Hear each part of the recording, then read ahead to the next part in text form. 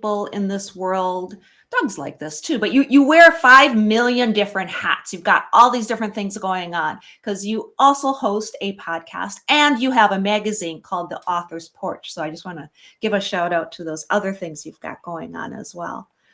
Thank you so much for that. Yeah, we founded the Authors Porch in 2020, and we just got our registered trademark just last week. So we are cooking with grease, as I would say, for the podcast, blog, and magazine that we do, all things for authors over there. I love it. Thank you so much, CJ, for co-hosting and helping produce. And you've been moderating during the BookFest. Appreciate you so, so much. Thank you. And now I'm going to go over to Doug. Hi, Doug. And you're right. You've been with us now a couple of times as well. Yeah. During the BookFest, and you've moderated. So, but now you're with us, not just hosting this event, but you're an author and you got something behind you. Want to tell us about that? I do. Yes. After 25 years, literally, I started my novel, Frank Shadow, 25 years ago, and it will be in stores and released on July 18th.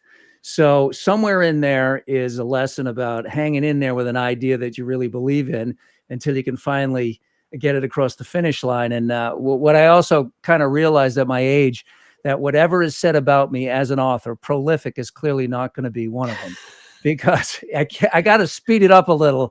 I can't wait 25 years between books, but I've been a professional writer for over 40 years, a regular weekly columnist for the Southern California News Group, which is the LA Daily News and the Orange County Register, and a group of 11 papers.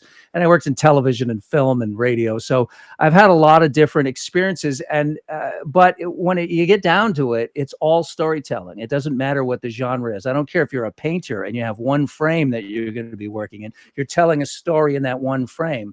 So whether you have a big canvas, like a full-length work of fiction, or nonfiction for that matter, or a poem, or whatever, haiku, whatever it is, you're telling a story, and that's universally true. And I think we'll see that in today's panel, because we have a great, diverse group of talented writers who have covered the waterfront, from children's books to personal memoirs to, true crime, as we're about to start off with Deborah, and the consistent through line for all of their careers is telling the story, as the story is king. And this is sort of the wrap party of day one, where we get to be a little loosey-goosey. It's speed dating, if you will, for the literary world. We're just going to bring people in for 10 minutes and get to know them a little bit and understand their process and learn a little bit about their work. I can't wait. Thank you, Doug. And you nailed it. That's exactly what this is. It's kind of a party. It's kind of part authors just having fun, reading, doing whatever they would like. Mm-hmm. And I would like to remind everybody too, because people are always wondering about the prizes and the stuff. And I've been playing with these. These are Slumberkins. I just wanted to give a shout out to Slumberkins, because you see, can you guys see these? Aren't they cute? They're very plushy, soft animals, and they come with books. So I'm only holding up some of them because there's so many, and it's part of the garden party kit. So there's more of them. That's one of the prizes that people still have time to win. You can just go to the BookFest website, which you might already be on if you're watching this natively, and make sure that you enter the contest. We also got a $100 gift card from Saddleback, and it actually is a leather gift card, which is kind of crazy. And so many books from many of the authors that are with us in the BookFest. Jonathan Mayberry, who is with us tomorrow. Talk about a prolific author. Look at, that's just one of his books done. It's amazing. Tosca Lee. We've got a beach bag from Books That Make You. Love that. And so many others. So I'm just going to hold up a few books here and let you guys bring in Deborah Herman, who's going to be chatting with you. And I'll let you guys carry on with the live author chats. Thank you so much. All right. Thank you, Awesome. Desiree. Let's bring in our first author for the author chat and reading. And if you were watching the previous panel, Deborah was with Dianne Lake, who, of course, was a member of the Manson family. And this is her story. We welcome aboard the author of Member of the Family, co-author of Member of the Family, Manson, My Story of Charles Manson, Life Inside His Cult and the Darkness That Ended the 60s. It's a pleasure to welcome aboard Deborah Herman. Deborah, how are you? Oh, I'm doing great. Thank you. Very excited to be here. Yes, we got a ton of questions already. So many people were watching the previous hour when you and Dianne were part of the BookFest. Can I start? I want to talk about process first, if we can, and then we'll get into this story. You are the co-author of the book, and you're a professional journalist who really devoted your life to telling these kinds of stories in the new journalism format. First of all, how were you approached? How did you become associated with this project? And what was the actual day-to-day process of writing the book? Well, I can't, I'll have to give you the clean version because Oh, I so would rather have the other version. Trust. it was all, Dianne and I, as we mentioned during the mutual chat that we had together, it was like lightning in a bottle. Everything fell together. As a young person, I took a dual degree in law and journalism, and I wanted to ultimately someday write creative nonfiction, true crime, be Truman Capote. And I wrote like 12 books of nonfiction books, couple of parenting books, but I never had gotten the opportunity to do this kind of book until I was doing a deep dive into the Manson story, and the literary agency that my husband has got a letter from Dianne saying, I'm ready to write my book. And at first, and then my husband sheepishly said, oh, look what came in after you've been obsessing about the story, And he said, well, I'm never going to doubt you again because you had this intuitive thing, you manifested it. And then, the process of doing the book, first you write a book proposal. And Dianne and I met several times and we wrote a very robust book proposal. We finished it. She came to visit. It was the holidays of 2016 leading to 2017. She was in town, and I got this intuition to get the book proposal in the hands of publishers like January 3rd.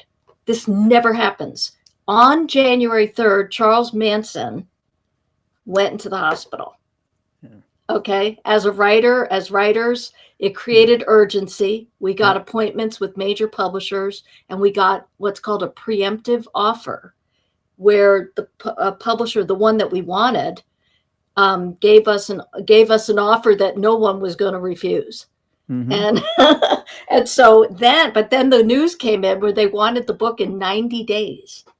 And the second thing they said was, we want the book in 90 days and we want you to change your book proposal completely and do it differently. But other than that, it was a breeze.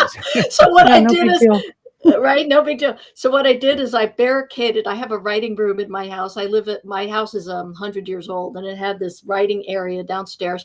And I literally barricaded it, and told my children and everybody, unless you're in jail, bleeding, deathbed, nobody call me. And every morning, and I'm giving you the clean version, I would do this special prayer, to God to not let me screw this up. Yeah. And that was how I started every day. And I just went into my office and wrote. And those of you watching around the world, you could probably take the word "screw this up" and put another word in there. Definitely, and definitely. And I wrote this spiritual writing book, and so in that book is this lofty prayer about, may I give you the highest of the high. And in this situation, it was just let me do it, because I knew it was what I had wanted to do my whole life since a young person. Now, I know working on Frank Shadow, for instance, my novel, I had too much time, and I could have used somebody saying, we want to draft by, fill in the blank. But working in television, and working for the newspaper, I have hard and fast deadlines. It's got to be, the Oh, column's yeah. got to be filed Thursday at 6, or it's not in the paper on Sunday. And the old joke is, do you want it good or do you want it Tuesday? And the truth is they want it both, ideally, but they'll take it Tuesday if they can only get one of the two. So I'm curious whether or not your experience on other projects paid a dividend in the speed with which you had to write this book. Well, my training is journalism and law. So in both situations, you got to get it done good. You got to get it done fast. You got to get, deadline. And I work well under deadlines. This was just the craziest one. Yeah. Because it we really still is. had research to do. Before we wrote the book, I still needed to go and visit all of the places. And, it wasn't like I was already ready to write. So there was a lot that had to happen. It was crazy. Now, for those of you who are too young to remember the nitty gritty of the Manson case, Dianne Lane was a young Lake, excuse me. Dianne Lake was 14 years old when she was sort of seduced into this world. And it was a time where there were a lot of people fishing for things to believe in, and alternative lifestyles were very de rigueur. But she was not involved in any way, shape, or form in the horrible butchery that resulted from this. And I'm asking you to project, if you could, Deborah. Would you have been able to spend time with a member of the Manson family who had been involved? And I'm just wondering, as a person-to-person working relationship, Dianne is not a murderess. So her story is different than if she had actually been one of the. I wonder if you thought of that at all. No, I've worked with the first book I ever worked on was, you have to remember, I was a trial lawyer. So the first book I ever worked on was writing a story of someone who was being tried for murder. And it was whether or not there was exigent circumstances that made it self-defense. What was interesting about that book, which was deemed too local, so it didn't go anywhere. And I was kind of glad, because as I got deeper and deeper into the trial and meeting the players, it was getting a little too close to a lot of darkness. And, so I'm not worried about dealing with people who've done awful things, but it was really a blessing to work with Dianne, because her story really was a story of triumph and light. I did meet and interview other members of the family, and it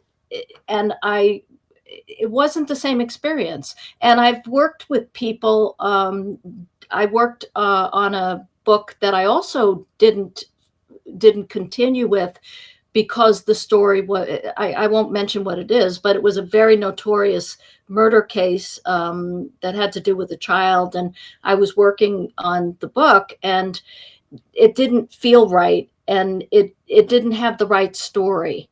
So, I am very careful what kinds of books I take the deep dive with, because it needs to have something that is going to be lasting and is going to have a good result for readers. Whether it's what do you think the true crime genre in general? By the way, we're talking with Deborah Herman, is the co-author of Member of the Family, Manson, My Story of Charles Manson's Life, Inside His Cult, and the Darkness That Ended the 60s. And you can get it online and in good bookstores, et cetera, et cetera. Even a couple of bad bookstores. You can get it there too. You can get it anywhere.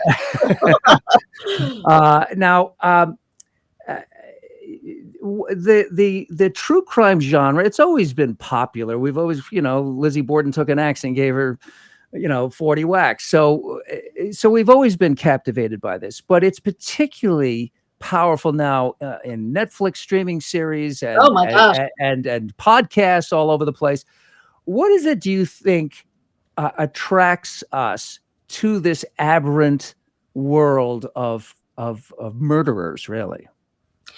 Well, for me, because I love, although I get a little burned out after a while, I have, if you binge watch too many of these shows, after a while, it's like you don't leave your house and you lock all the doors. And I live in a place where nobody locks their doors, practically, a little country area, but it can skew your perspective of the world. But I think what fascinates people about true crime is going into a world and a life that you get close enough to the fire, but you're not going to get burned. Yeah. And it's really the same with any kind of like any good memoir is, if it's a good memoir, you can read about someone's story. Sometimes there have been books written about awful experiences and how people cope. And we're human, we're voyeurs. Yeah. And if something, plus I have to tell you, the way the stories are told nowadays in this genre, the production value is excellent. Yeah. And sometimes they make it, some of them are terrible, but some of them are like these good mysteries, and we get caught up in it because we want to see it solved, or we want to see justice. So I think that's what really drives us. CJ, our co-host, CJ Lopez, of course. Why don't we've got a lot of great questions. Some people have been hanging on since the previous panel when Deborah I'm so grateful. and Dianne. So let's get some of these questions on board. And this is an interesting one. One of our festival attendees want to know about Marilyn Manson, the punk singer. I guess that's the right term, right? Is he punk or grunge? I don't know. I'm listening to Sinatra. I wrote a book about Sinatra. Grunge. I'm not sure. Yeah, don't ask me. I'm not back in the pop. Look at me. Am I the grunge guy? Anyway, the question is an interesting one because he chose to use as his stage name Marilyn Manson after Charles Manson, and sort of to use that motif of the goth kind of dangerous killer.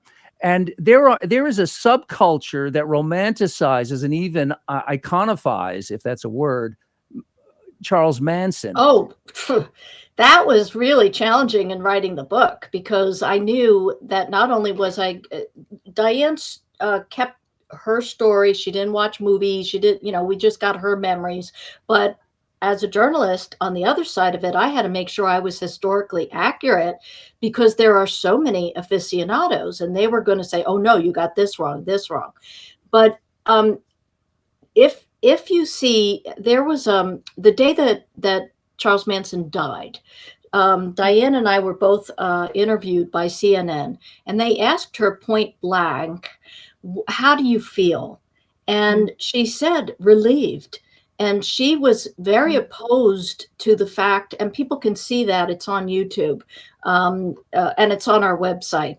But she was opposed to the fact that so many people glorified him and were making him an icon of evil. And she was there, and she saw the horrible destruction that came in his wake, and who he was and how he was. So although we can't ask Dianne directly, I mean, she would just think, "Oh, that's stupid." Well, I think that this is why it's so important to teach history, and journalism is the first draft of history, because over time, when those who were alive to experience these events are no longer here to give testimony, it's up to the historian to remind people that don't allow these images to be manipulated. And it's not okay. No, it's not. It's not. And it wasn't okay. The book is called Member of the Family, Manson, My Story of Charles Manson, Life Inside His Cult and the Darkness That Ended the 60s. Dianne Lake and Deborah Herman. Deborah, it has been a great pleasure having you with us, and thanks for participating in the BookFest. Okay. Well, thank you so much. And I hope we've answered everyone's questions. Well, can I ask one question? I'm sorry. I just wanted to ask one question real quick, because when we were watching the panel, one of the questions that came up for Dianne was, did she have a fondness still for Charles, because she kind of gave off this aura that she still had a fondness for him? And a lot of the questions in the chat was, did she still have feelings for him after all those years? Because she did talk about how she was seduced into the cult. That's And an excellent question, and we do address it in the book, but of course the book is a narrative, so it's not answering the question. When I was interviewing Dianne, there was a point where I felt that maybe she hadn't been fully deprogrammed. And as we were really getting into the story, there was a time when she asked me, I wonder if he did love me. And, which of course is, if you were someone who was a victim of domestic violence, there's always that part of you that can't wrap your brain around what really happened. And did it really happen that way? And so, but I would say that what happened in the trial, she had 9 months of being in Patton State Hospital, where she was off drugs. She got great therapy. She reclaimed her identity and was protected and put into a family with her arresting officer, who took her in as a foster child. So by the time the trial came up and she was going to testify, she was worried that either he was going to somehow have power over her, because they all thought he had supernatural powers, or that she was going to have feelings for him. But instead, it is such a poignant scene. She is asked, did you love Charles Manson, on the stand? And she says yes. And Manson stands up and says, don't blame it on Mr. Manson. She loved everybody. And totally ripped the rug out from under her. And she saw him as someone who was just a manipulator, and that he cared about no one. Well, whatever questions we haven't gotten to today because of time, we'll certainly find in the book. Member of the Family, Manson, My Story, and Charles Manson, Life Inside the Cult and the Darkness That Ended the 60s. Deborah, thank you so much for being with us. Really appreciate it. All righty. Okay. Thank you. We have up next, and we welcome into the BookFest Authors Chat and Reading. It's a pleasure to welcome aboard the author of Relatable Voices, A Drive to Make People Smile. She's also the host of Uncut with Lucia by the World Authors, and speaks about Stories Unleashed, how a podcast became her platform for celebrating authors and storytellers. It's a pleasure to welcome aboard Lucia Matuanto. Lucia, welcome aboard. How are you? Hello, Doug. Thank you for having me today. It's a pleasure to be here with you and CJ. Well, we're happy to have you as well. And this is, of course, CJ, who is our co-host today and our producer. Hello, CJ. So, Hi, Lucia. Lucia, let's start with Relatable Voices. It's an anthology. And tell us about your book and your participation in it. This book is an anthology with 14 authors. I'm included in it. And they are basically my guests. I decided to invite some of my guests to participate on this anthology. And it's about stories to make people smile, because after the pandemic, everybody knows how our situation was. We were really sad, and we had a lot of things to talk about in a negative way. So I decided to organize this book, and they accepted it, and we decided to publish this book. It was last year. Every author wrote 1 to 2 to 3 stories. And the idea was that at the end of each story, we could give a smile.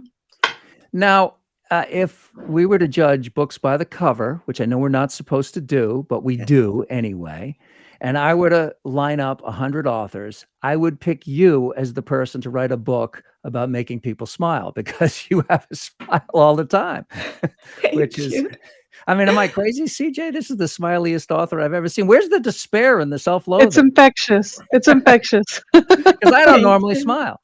Now, it's interesting because your podcast, Uncut with Lucia, is the book grew out of the podcast, if I'm getting this right. Actually, the book comes from another podcast, which is relatable, the relatable voice. So Uh-huh. basically, I have a talk show by wordauthors.org, which is both video and audio. And the relatable voice is only audio. So I would just try to explain to you a little bit about this podcast. So the relatable voice is the RV podcast. So the idea behind this podcast is that I am driving my RV and I'm visiting my guests around the world. I drive to their cities, to their places, and I give them a ride while we talk about their life experiences, their journeys, books, movies, or anything else that can be relatable to our guests, our So listeners. it's like a carpool karaoke for storytellers. Exactly, Yeah. exactly. Now, and I think that this is a really important piece in the multi-platform media world that we're living in now for writers. That in this case, your book, Relatable Voices, a drive to make people smile, grew out of the podcast. It certainly could go the other way. People are building podcasts after having written books and then making a podcast that grew out of their written work. But for authors looking to find an audience in this incredibly crowded world of media today, you really have to look at the way your brand can be expanded, either in print or from print into audio video. Exactly. Yes. And what I have to tell is that in my situation, I started writing books. I published a series of books about a little crab who becomes a special needs crab. And I wanted to promote this book, but I found it so difficult. First time authors, we don't know how to start. So the idea of this podcast was like, I want to go to a podcast, but it's so difficult. So I'll have my own podcast. And then I decided to have my own podcast and help other authors also to showcase their works. So basically, it was the opposite. I started writing books and then to start the podcast. Yeah. Well, it's the blessing and the curse of the digital age, in that the days when you needed major publishers or big media companies in order to say yes, basically. I mean, that's still nice. That still happens, but it's been democratized in the sense that because of the technology that's available basically to everybody now, you just say yes to yourself. You can hire yourself, in essence, is what it comes down to. So that's the good part. It opens up the world to all kinds of voices and people who were frozen out for all kinds of reasons in previous eras of human experience. These voices now have platforms. The downside is that there's so much material. There's such an avalanche of material that you try to, how do you get an audience? How do you get more than your cousin Sheila and your mother, if she's speaking to you this week? How do you get more than those two people to pay attention? And that's a real challenge. Yes, it is. But I can tell you that I was lucky as well, because I started working with wordauthors.org and also the another magazine that's called Brand Education. And through these platforms, I could showcase my work. I started promoting this podcast all over the place, also on social media. And I can say that it was a lot of work, but also I had the chance to give more exposure to this podcast. And it's very difficult, as you were telling us, because there are so many podcasts, so many podcasters, and also many authors, many people who want to spread their stories, tell their stories to the world. So in a sense, it's like I have a lot of podcasts, but also I have many people who want to come to the podcast. So it's a win-win situation, in my opinion. I have a question. You said that there's so many podcasts out there and so many podcasters. So if you have a podcast, how do you market that podcast so you get your show out there to let people know that you have a show that you want authors to come on and talk to you? Yes, with me, what happened is I started promoting my podcast on a platform called Matchmaker. That is like a Tinder for podcasters, and also radio guest list. So I promoted there.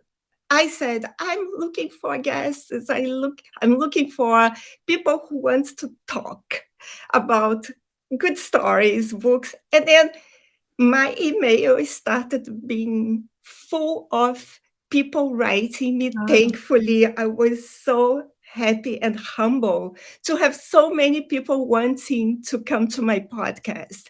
And then it always started. It started basically like this, and more guests. My guests are so lovely because one started to talk to another one. Go to this podcast because people are going to listen to you somehow. And then, like it's a snowball, and then PRs and people started discovering it. And yes, it's a blessing. Wow. That's awesome. Lucia, where do you work from? Where in the globe are you located?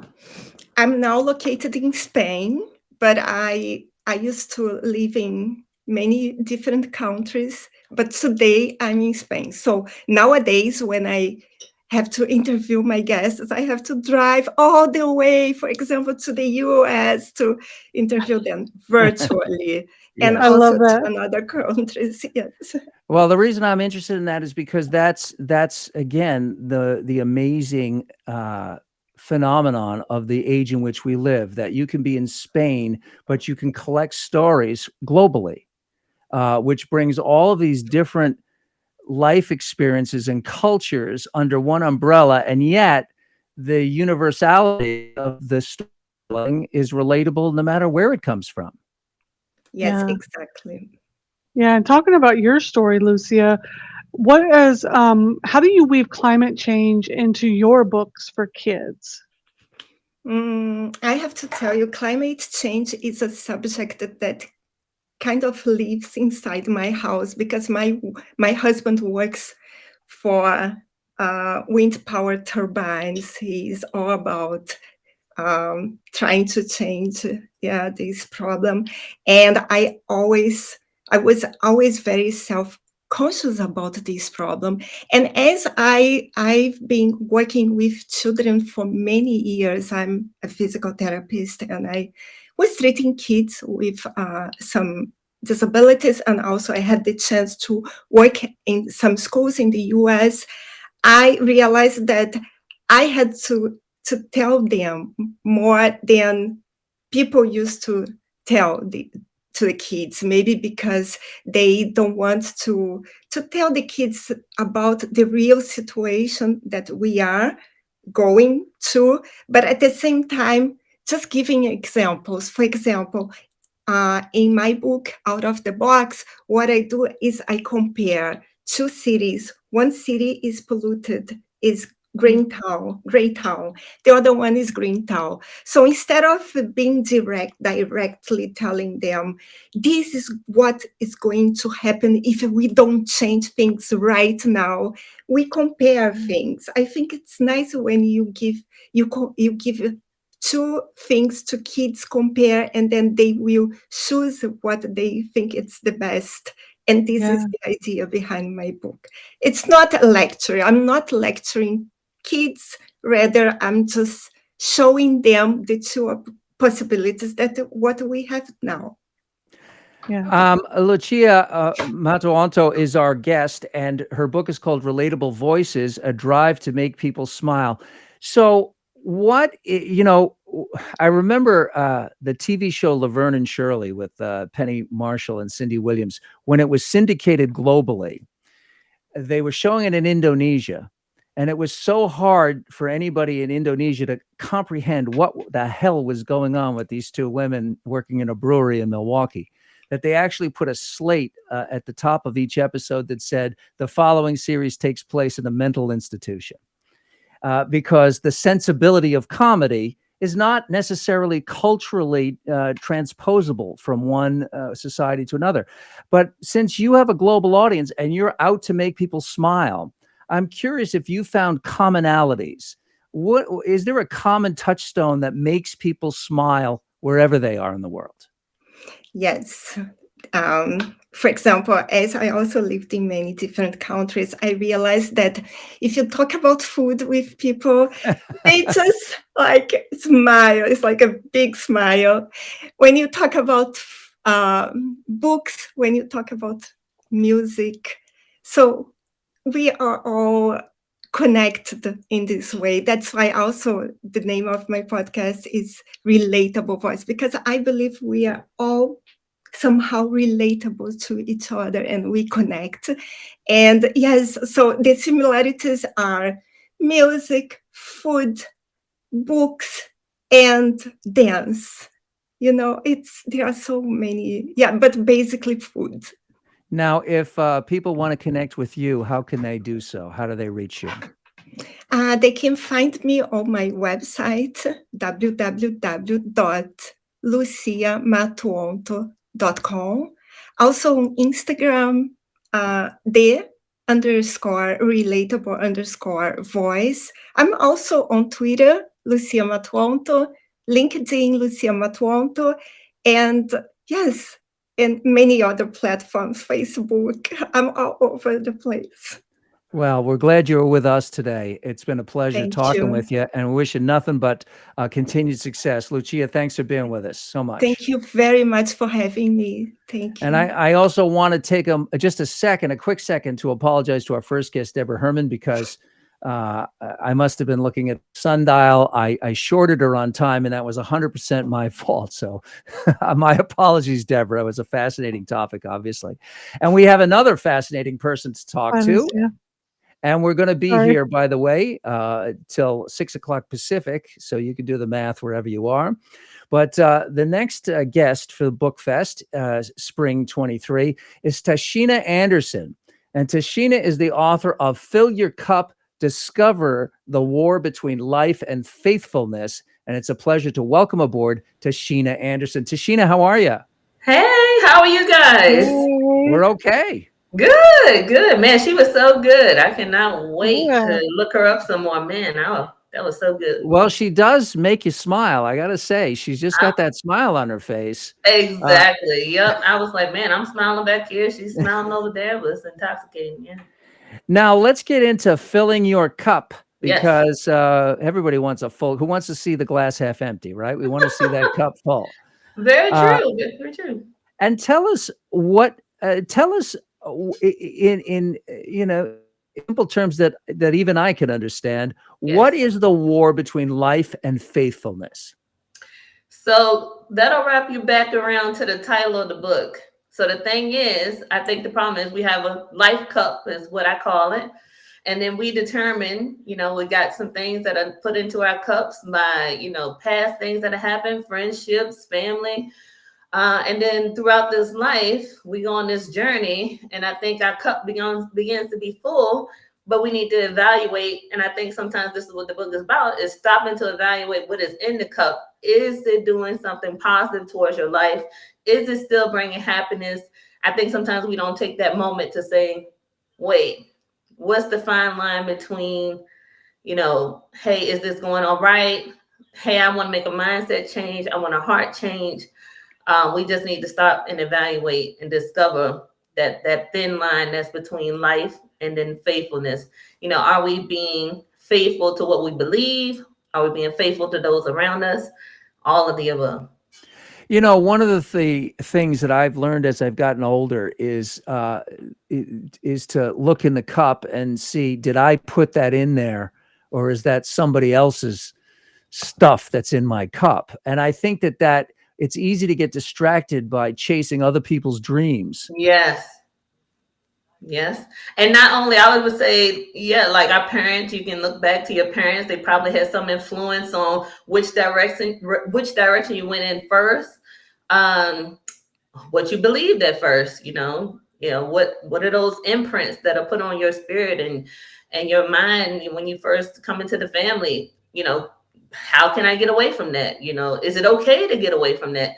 Kind of where I want to put you at in this mindset in this book is, hey, it's okay to say, I want to break the cycle. I want to break the stronghold. I want to do something different. Yeah, and we're all living, unless you're an actual hermit, we're all interacting in a society, and particularly a society that is media saturated. So there's a lot of brass rings that are offered out there as this is what the ideal is, this is what you should be going for. And Right. I think it's very easy to be seduced into chasing. We were talking about Dianne Lake being seduced into the Manson family with Deborah Herman. But I mean, you can get seduced into all kinds of things. Yes. That aren't necessarily what your real goal and your real purpose in life should be. Exactly. Yeah. And I always tell people to be careful. I mean, it's so easy. The things you hear, the things you hear other people saying, things on TV, things of that nature. You got to be careful what you're pouring. I always tell people, be careful what you're pouring into yourself. Your music can even influence it. Not saying music is bad, just saying sometimes listening to the same thing or the same, influential podcast or whatever this person is saying, if it's just negative all the time, you can't help but feel those emotions from the other side. So it definitely, like, again, imprints on your spirit. So you want to make sure, and your thoughts, your mind and your heart. Did your book grow out of a personal experience? Did you have a crisis of faithfulness, if you will? Yeah. Oh, yeah. So, yeah, everybody who picks up the book gets a full-on chapter-to-chapter look at my life. So, yeah, I'm not out here just saying, hey, do it, just because. I'm saying, hey, do it because I've learned the hard way, and I don't want you to have to do it the same way. So each chapter is like, I'm having a cup of coffee with you. We're sitting down, and I'm having an honest chat about all these different moments I went through, how I wasn't perfect. I thought degrees and the jobs, and I was just jumping from here to here, and man, I was a handful. And I thank you to everybody who put up with me back then. Now, was writing the book cathartic for you? Oh yeah. So it's really helpful and helped me get through a tough period. I actually started writing a book, going through some grief. I had lost my grandmother. Mm-hmm.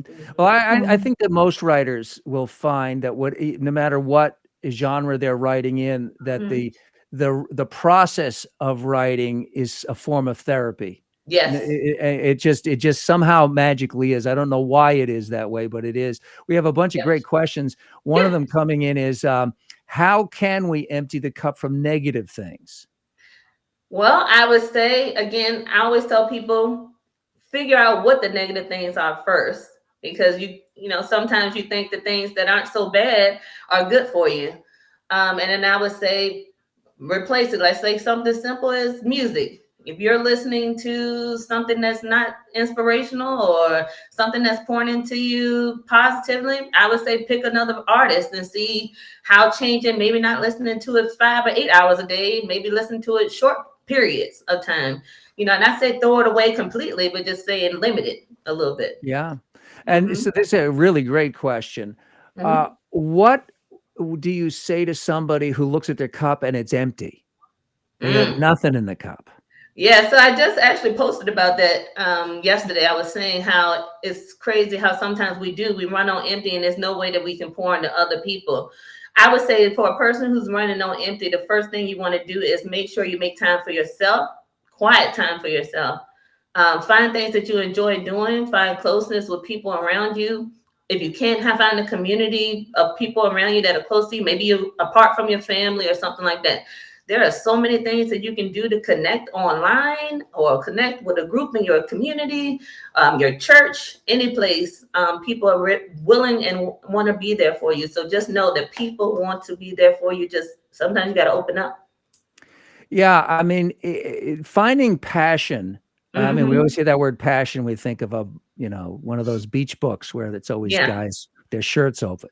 But and there's nothing wrong with that, by the way. But just finding things that you're passionate about in life. I've always felt that if you have passionate interests, whatever they are, you're never going to be bored. Yes. Because you always have your passions. Exactly. And get new ones. I always tell people it's okay to find a new passion. Don't get stuck. Don't get stagnant. Find something else that you love. Like, Lucia was talking about food. I'm like, yes, foodie. And I love coffee, and I try different coffee shops. It's never Coffee. Yes, coffee, right? Yes. So hence me Life's having blood. coffee on the front. Yeah. I love a good coffee shop, love food. Different things that make me happy. Just even if I can get away for like an hour or so. So yeah. All right. Now, by the way, the book is called Fill Your Cup, Discover the War Between Life and Faithfulness. The author is, of course, our guest, Tashina Anderson. And how long did it take you to write this book? Just out of curiosity. How long? Yeah.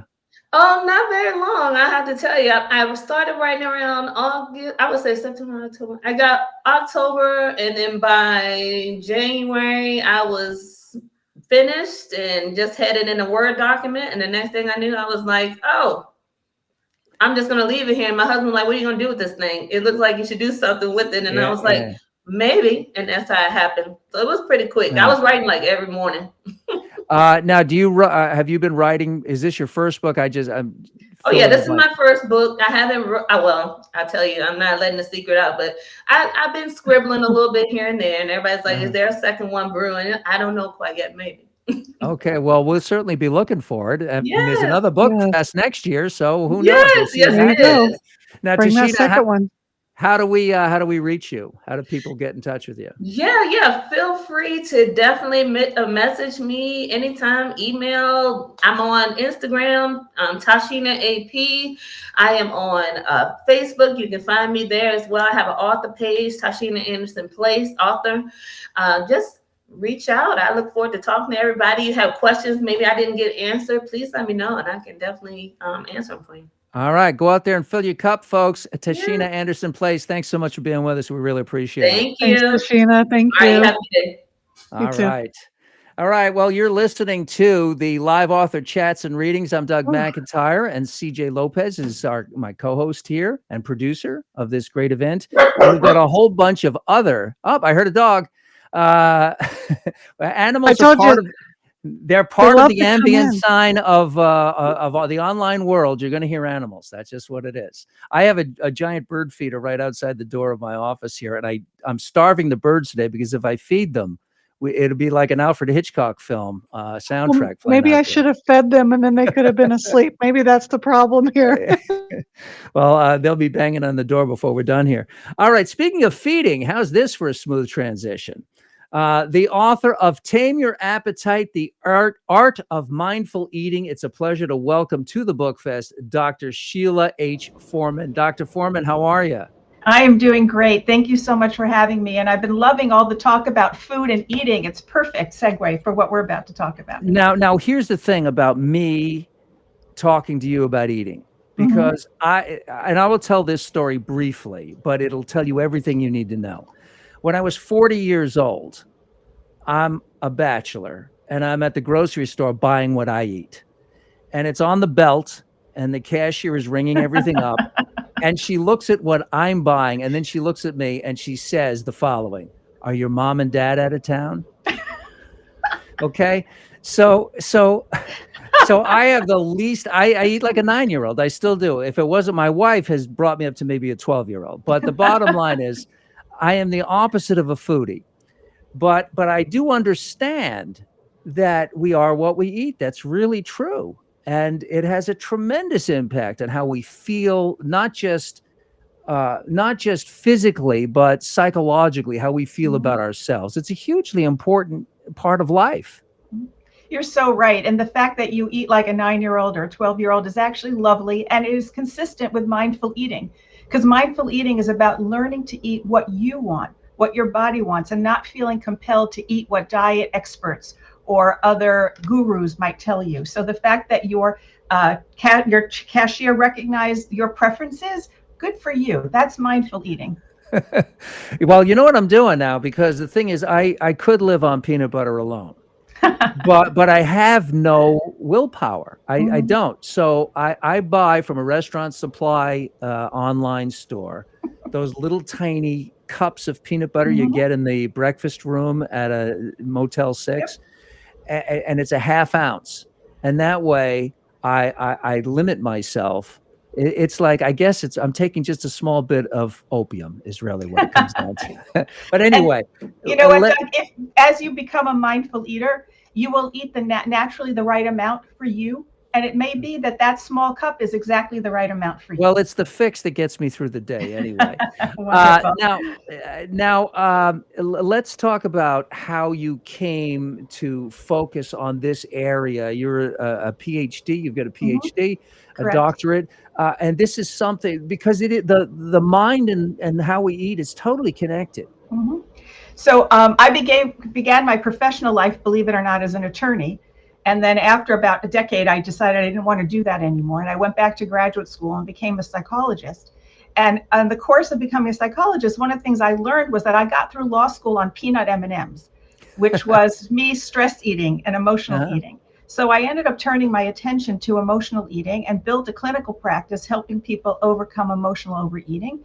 But then in the course of my work, I discovered that some people, while they got it intellectually, they couldn't quite put it into practice. So I did some more research, and that's when I learned about mindful eating. And I incorporated mindful eating into the work I've been doing with my patients for emotional eating, and it seems to work. It's the secret sauce, if you will, that helps people really identify their relationship with food, make it something that's very, very healthy, peaceful, and then whatever excess weight they might be carrying just falls away. It's a beautiful thing.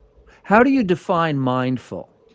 Mindful is just paying attention, honestly. We live in a world where we eat constantly and we're always doing other things at the same time, and we're not paying attention.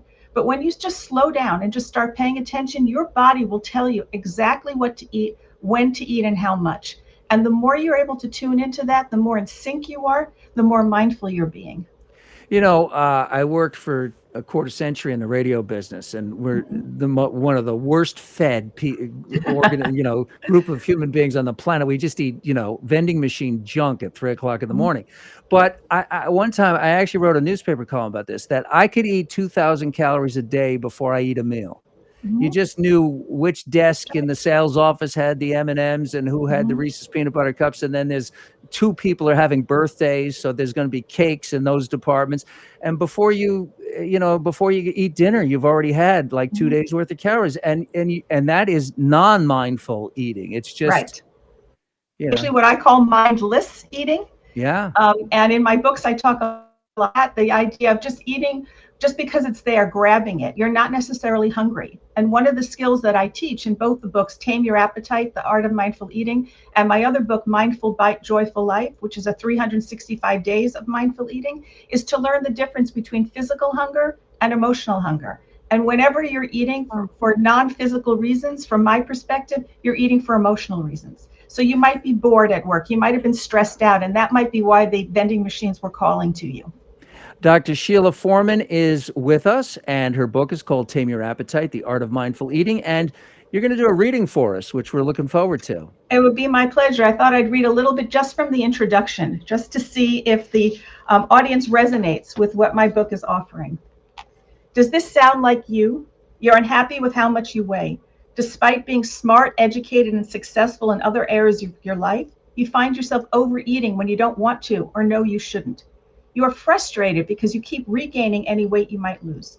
You find yourself vowing to solve your weight problem by going on yet another diet, signing up with a personal trainer, or exercising it away.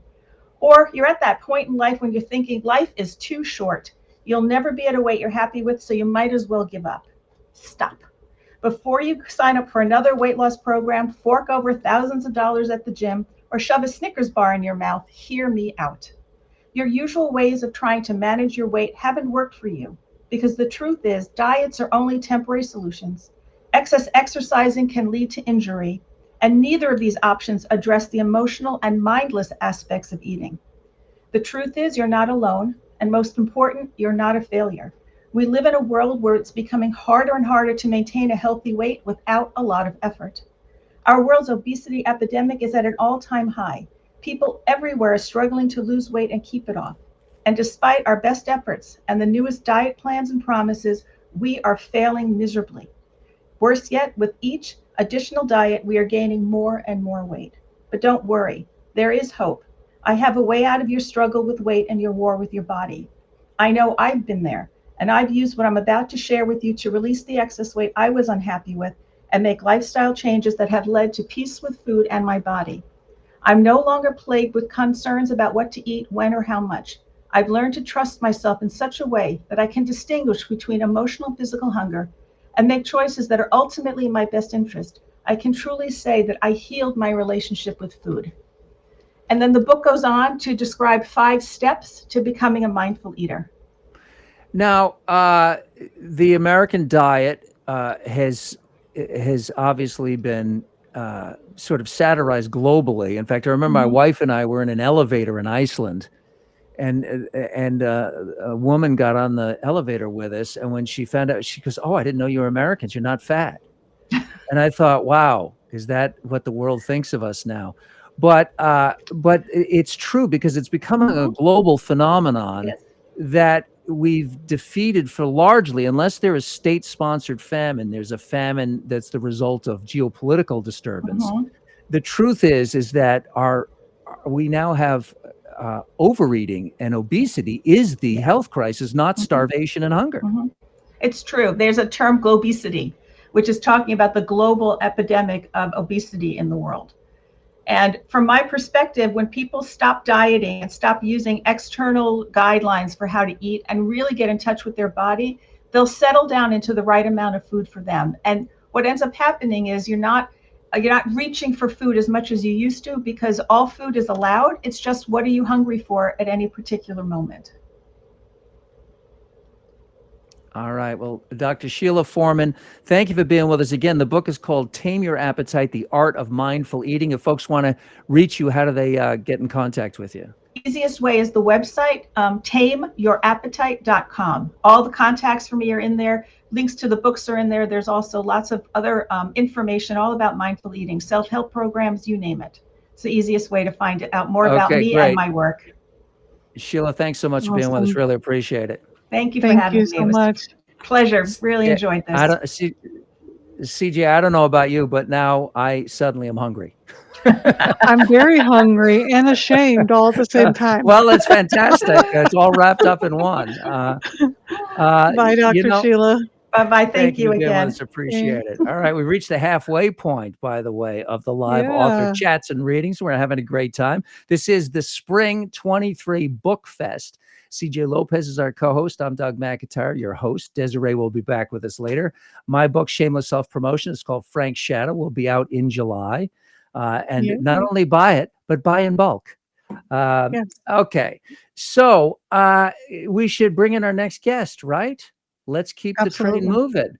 And I'm really looking forward to having this chat, because one of my passions is music. Not that I can play a note of anything or sing even Happy Birthday, but in the shower. I can't even do that. The water stops. It goes back into the pipes if I sing. So, but I have a great passion, and I think musicians are alchemists. I really do. I think they speak a higher language. And our next guest is a Recording Academy voting member, Grammy-considered artist, award-winning, and she has written a book about the 5 C's: clarity, courage, confidence, commitment, and community. The book is called Find Your Fire and Ignite Your Life, and it's a pleasure to welcome to the BookFest Glenda Benavides. Glenda, how are you? I'm great. Thank you. You guys are so fun. Oh, well, thanks for being with us. Appreciate it. Yeah. Tell us first about your music career. Yeah. Been doing it professionally since I was 16. And Spent most of my Singer, life. music. What would you play? What do you? Yeah. What's your axe? Yeah. Vocal is my first axe. Mhm. Been doing that for years. Play a little bit of mandolin and guitar, and that's how I write. Uh-huh. Yeah. Mhm. Oh, that's terrific. Now, do you write? I'm always interested, and I really am kind of an amateur scholar on the songwriters, and I'm crazed about the process of songwriters. And one of the thrills of my life is to get to know Alan and Marilyn Bergman, who have written, half the Barbra Streisand catalog. Amazing. And it is a husband always. We just lost Marilyn, and Alan is still writing at 95. He's Wow. still playing tennis. He's just a machine. It's amazing. But I'm fascinated by the process of, which comes first, the melody or the lyric? I mean, Sammy Kahn's joke used to be the phone call comes first, and then we figure the rest out. That's great. Yeah, but of course he had like 8 Oscars, so his phone was ringing all the time. Yeah. But for you, how does a lyric come first? Does a title? Does an area? How does that work for you? That's a really great question, and it's kind of all over the map. It really depends. Like most of the time for me, it's a lyric, it's an idea, it's a concept, or something's going on like on the planet that I'm like, that I just have to talk about, or and then eventually it gets into a melody, and then I have a co-partner that I write with, and so sometimes he'll throw me tracks that are actually almost finished and say, are you vibing with this? And I'm like, yeah, just a second. I got lyrics for that. So it's kind of all over the map. It can be anything, actually, anyway. Okay. All right. That's great. And songs are, to me, songs are little 3-minute miracles because, poets have their own rules that they follow, even in free verse. But for a lyricist, you have to tell the story in rhyme to a melody. And Yes. it's like 3-dimensional chess. Yeah. Thank God for synonyms. No. Yeah. I mean, it's, I always want to go with the feeling first. How does it make me feel? How does the music make me feel? How does the situation or the conversation that I'm hearing that bubbles up inside of how I'm feeling? And then I kind of go from there. And that's what dives me into like the words, and the words show up. There was one of the first times I was writing was back in the early 90s. Well, if we can. Sure. Let's talk about the 5 C's. Sure. Clarity, courage, confidence, commitment, and community. How do they lead you to finding your fire, igniting your life? Whew. Well, you need them. You just need them. Amen. Yeah. It started with me a while back. I was realizing that I was kind of one of those people that you call, like my girlfriends were calling me, tell me, they wanted to get help with something, right? And so I started seeing that whatever I had to offer had some value and it was working for people. So I thought, well, what is that? What does that mean for me? And I know, digging into my own purpose in my own life, I just started working my own life. I was starting to like, well, why does this not work? Why does this work? And then just kind of adjust as I'm going through life. And what I realized was you can't really do much if are you not clear about who you are and what you really want, and you have to get quiet. You have to take those steps within and just really align with what you're doing. Is it right for me? Is it not right for me?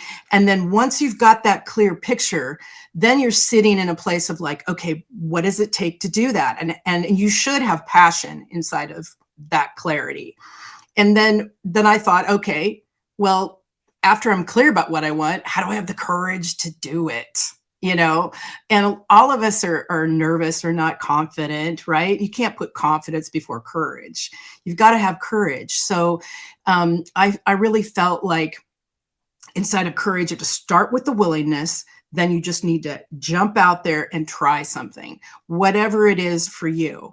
And then over time, inside of that practice and developing yourself and your performance or whatever you're going to do, then you start to get that confidence, and the confidence just shows up because you've done it enough times. And I know you know this because you're a fabulous Doug, you're a fabulous interviewer. You just have that calm and that quiet. There's something inside of you that's really wonderful. And then after, you know, for me, then you've got your confidence. And then when you're rolling down the road with your confidence, then commitment shows up. It just shows up because you're committed to that. And then there's an awful lot to be said about the 10,000 hours that Malcolm Gladwell wrote about. That you know, it's funny. One of the, for me, foundational books about writing is Brenda Eulin's If You Want to Write, which she wrote in the 1930s. And I'm paraphrasing, but almost quoting the opening where she says, "We writers are the most lily-livered of all artists. We expect the most for the feeblest of efforts." And she analogizes it to judges, to aerial artists in circuses, and how many thousands of hours they practice so they can go up and do that. And a lot of times writers will click, click, click, the end, and we throw it into the world and we expect a parade. And you forget that, no, that's the first draft is hugely important, but it's the first draft. And now you have to go and do the legwork. Oh yeah. See, I wasn't even going to do a book. I mean, that didn't even occur to me. I'm a songwriter, right? I'm like, who's going to write a book? What? You know, it's not Beyonce or something. And so I decided to do that because I realized that I wanted to see if I had value. Like, do I have something of value to share with people? And that's when I started breaking everything down. And I gave myself a little, what do you call it? Like a little test. I said, okay, I'm going to write a song. I'm going to write a paragraph. Excuse me. I'm going to get an outline, and I'm going to write a paragraph not a paragraph, but a chapter every day. And I did. I got it done in 15 days. Wow. Yeah. That's fast. We've had some fast writers today, CJ. Well, you know, I wish. I saw the commitment. And it was I just was in the flow. Of course, it took me a lot longer to do other things, and it wasn't really a book. And a good friend of mine that's a business coach said, "This is really good. You should actually make it a book." And I'm like, "What? A book?" Like, okay. Yeah. So, well, oh, that's great. Now, if folks want to reach you, where do they find you in the social media universe? You know, I'm all over the web. I have a website. It's called glendamusic.com, or it's Glenda Benavides. If you want to tackle that, it's BENEVIDES.com, Glenda Benavides. Easy enough to do Glenda Music, and that takes you right there. It talks about Global Badass Goddess. It talks about my book. And every time you guys buy a book, I will plant a tree. I plant a tree with one tree planted. So that's my action to help other people be able to step forward, have confidence, courage, commitment, and community inside of making a difference in the environment. Find Your Fire and Ignite Your Life is the title of the book. Glenda, thank you so much for being with us today. We really appreciate it. Thank you, guys. I really appreciate what you're doing. Really appreciate it. Thank you so much. Thank you. Thanks, Doug. Thanks, CJ. All right. Bye. Well, this juggernaut continues to chug along, and I'm really looking forward to this because anytime I see a team of writers, I've worked in the television business and sitcoms in teams, but I'm always fascinated when I see people write novels as a team and what that's like. And our next guests have written a series of novels, the Enigma series, very popular, and also with a very hip topic, techno thrillers, including writing within artificial intelligence, which has so much with ChatGPT. It's got so much relevance to today's headlines, frankly, no matter who wrote them, person or machine. So let's welcome aboard our next guest, Charles Brakefield and Roxy Berkey. Welcome aboard. Howdy.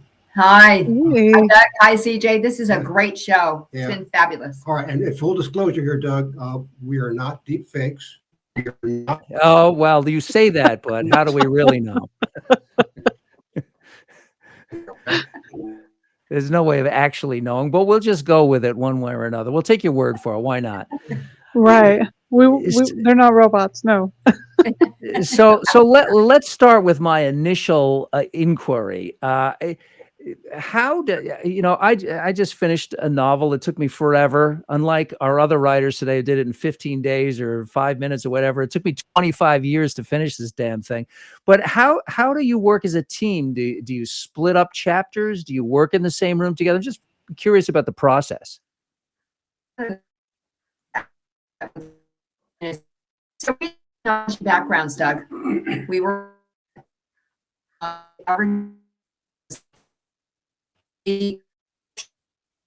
of our chapters kind of electronic format, and we bounce them back and forth. Yeah. And we kind of rough out our chapters to our stories, and then we pick. Oh, you know, I like that chapter. I'm going to do that chapter, and vice versa. No, full disclosure here, we do use our patent pending technique of literary ping pong to be able to increase the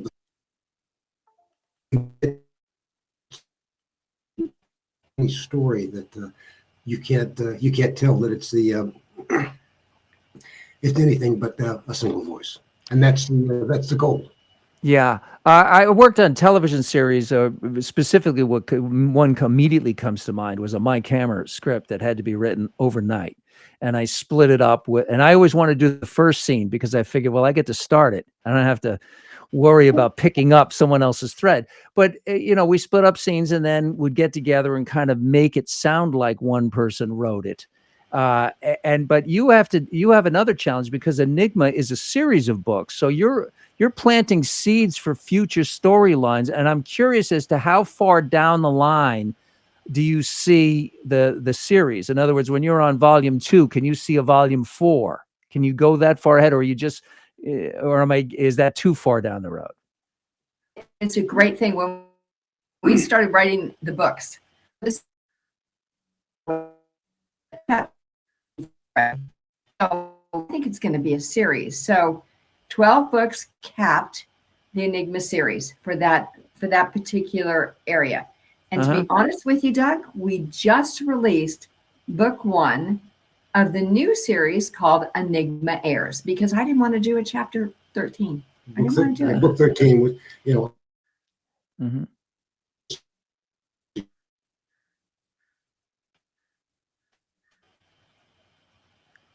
We're having a little bit of audio breakup. So forgive me if I'm asking you a question out of context. CJ and I are both interested in this, and we mentioned it because you're working in the technology arena. Could you talk to us about artificial intelligence? And there's been so much talk. I've played with ChatGPT. I write a Sunday column for the Southern California News Group. I actually had ChatGPT write my column one week. I just told it to write and it spit out in 30 seconons. So I'm curious as to how you see this artificial intelligence impacting the world of writing.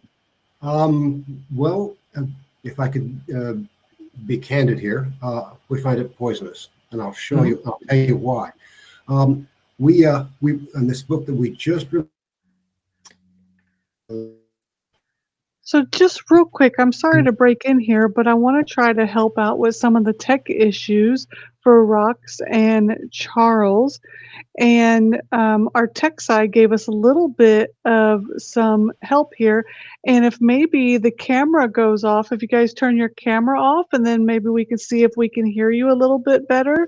And then if you talk a little bit, just a tiny bit slower, sometimes it picks up the audio a little bit better. And let's try that again and answer Doug's question. Doug, if you can ask it one more time. Sure. We'll take 2 on this. ChatGPT and all the AI headlines that have been made. I'm curious as tech writers and writing tech thrillers, what your take is on the impact of artificial intelligence for the writer's craft. We find it poisonous. And the reason that we find it poisonous is that we actually had it aimed at us. We had just released our newest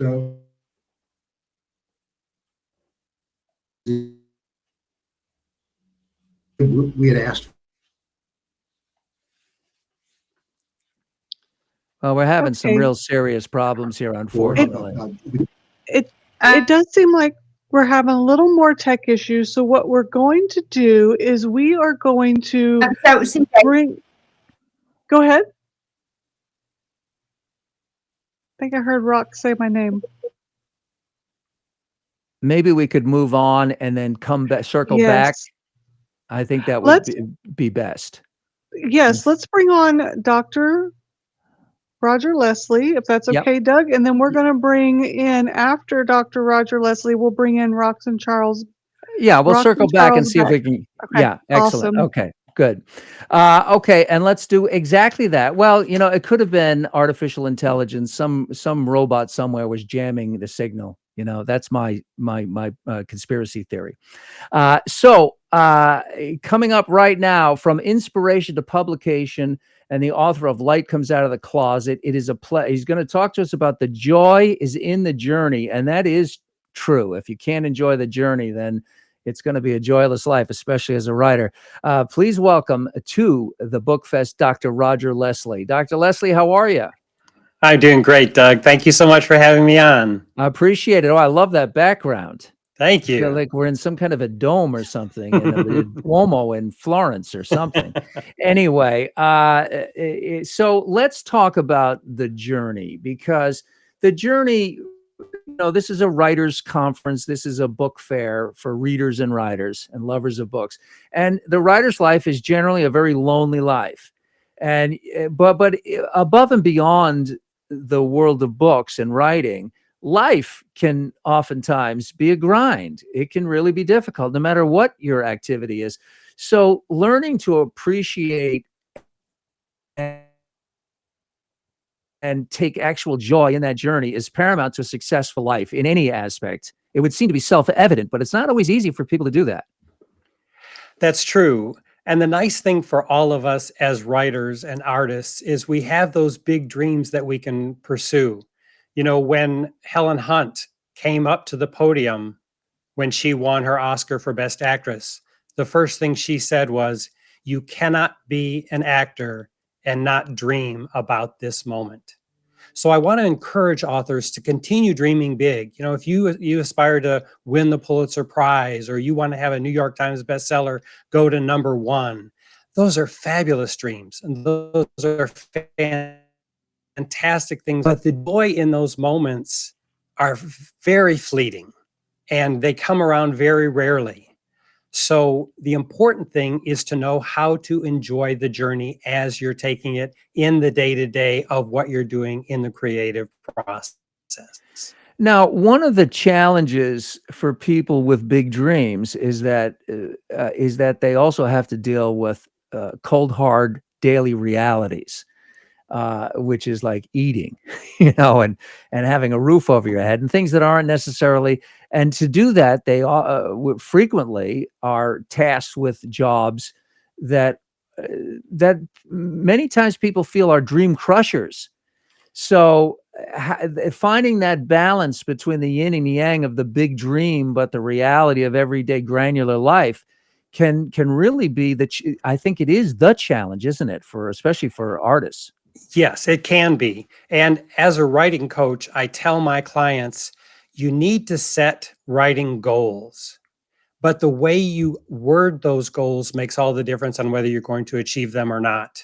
For example, if I decide I want to write 5,000 words a week, and if I say I must write 1,000 words per weekday, then on Monday, I might write my 1,000 words just fine. But then on Tuesday, my child gets sick and I have to go pick him up from school and take care of him. Or the boss calls a late at night meeting when I was planning to write.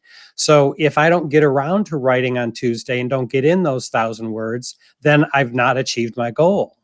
But if I'm flexible and I say I will write 5,000 words a week, then I get my 1,000 words in Monday. If Tuesday doesn't work out, I still have Wednesday, Thursday, and Friday to make up the lost ground that happened on Tuesday. So the way to build momentum, the way to achieve your goals is to be clear and specific, but be flexible on how you can achieve it. Give yourself a window of time rather than saying this must be done this way at this time. Well, from inspiration to publication, And inspiration is the fun part. But getting from inspiration, see, for a lot of people, they get an idea and they fall in love with it, and they may blab it to their friends. They may tell everybody, "Oh, I got this great idea for this thing," and they tell a story, and they get feedback that in some ways is its own reward, and you don't have to write the book. So I'm curious whether or not, at what point should you shut up and just start writing, and wait for the actual finished product for the reward? Immediately. My idea for everything is take inspiration to action. If you have an inspiration to do anything, don't think about it, don't plan it, don't outline it, don't strategize it. Take it immediately into some physical action. And in the process of doing that, in your daily routine, come up with the practices that work for you. I'm a big believer in having daily practices. For example, for me, I like acronyms, and I call it getting in the pew. Every workday, I get in the pew. I pray, I exercise, and I write. Those are musts in my day-to-day practice. And here's the great thing about the creative muscles. Creative muscles are like your physical muscles. If you work out, and then you don't work out for a long time, then to get back into the workout routine, it's painful. Mm-hmm. If you go on a diet and then you fall off and you just eat a lot and then you decide to start the diet again, it's painful.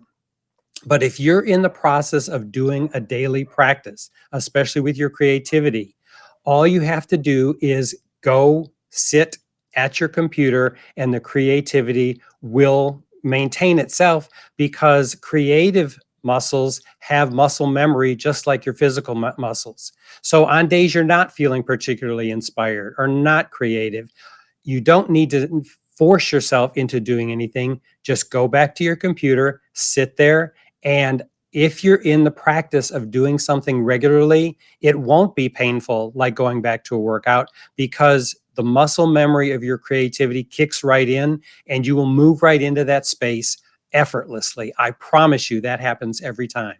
You know, I think that what's happened over the development of technology is that we've lost the everyday contact with creative acts, like, for instance, playing music and writing. Because before we had radio and recordings, people had pianos, and that was their home entertainment center. Was Aunt Helen would sit at the organ and you'd sing songs or pluck a ukulele, and we wrote letters. That's how we communicated. And then what happened was, radio came along in the 30s and Bing Crosby was singing for us. Now we deferred it to professionals, and we mocked the amateurs. We just, but the truth is that, like anything else, if you do it a lot, you will get better at it, to the point where even we treat like inspiration. The inspiration part is some kind of magical divine experience, and there's an element of divinity to it. But most writing is the perspiration part, is just grinding it out. And if you just wait for some kind of alchemy to occur, well, that's erratic. That's totally, you can't have a career that way. You can't have a life that way, really, just waiting for a lightning bolt to strike. Yeah, I agree. And Faulkner said something really wonderful that has stayed with me over the years. He said, if I ever wrote a book that was as good on the page as it was as I imagined it would be when I started, my career would be over. He said, the joy of being a writer is always striving to get there, to be where you want to be, to reach that level of excellence. And he said, it's just not physically possible. But what we can do is keep working and get better and better. And I tell my clients that all the time. I say, a sign of your progress is if you reread what you wrote 5 years ago and you think, oh my gosh, I could do so much better today. That's fabulous. But what happens with some aspiring writers is that they will rewrite something, and then they'll change it until it's something else, mostly out of fear of having to face the rejection and the challenges of sending it out to an agent or sending it to a publisher. I tell my clients, do the best you can And they say, well, how do you know when you're done? How do I know when I'm finished revising? And I said, when the changes you make the manuscript different, but not better, you've probably reached your level of skill at that point. That's the point at which you send it to your editor, or you start sending it out for publication and get it looked at so that you can get professional feedback. And by the way, you'll never be finished. You're never finished. I mean, right, not too long before he died, there was a major revival of Death of a Salesman on Broadway, and Arthur Miller went to the rehearsals, and he started sending revised pages to the director.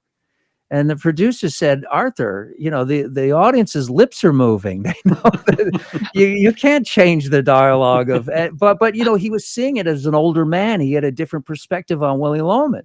So, yes, you know, you will never be finished with it. At some point, you have to just let it go and then hope the next baby arrives. We're talking with Dr. Roger Leslie from Inspiration to Publication, and Light Comes Out of the Closet. I want to talk to you about Light Comes Out of the Closet because this is a very personal book for you. And that talk to us about the shape-shifting that's required to go from the rest of the writing that you do to something so personal as your own story. If you follow your inspiration, the stories are all in you.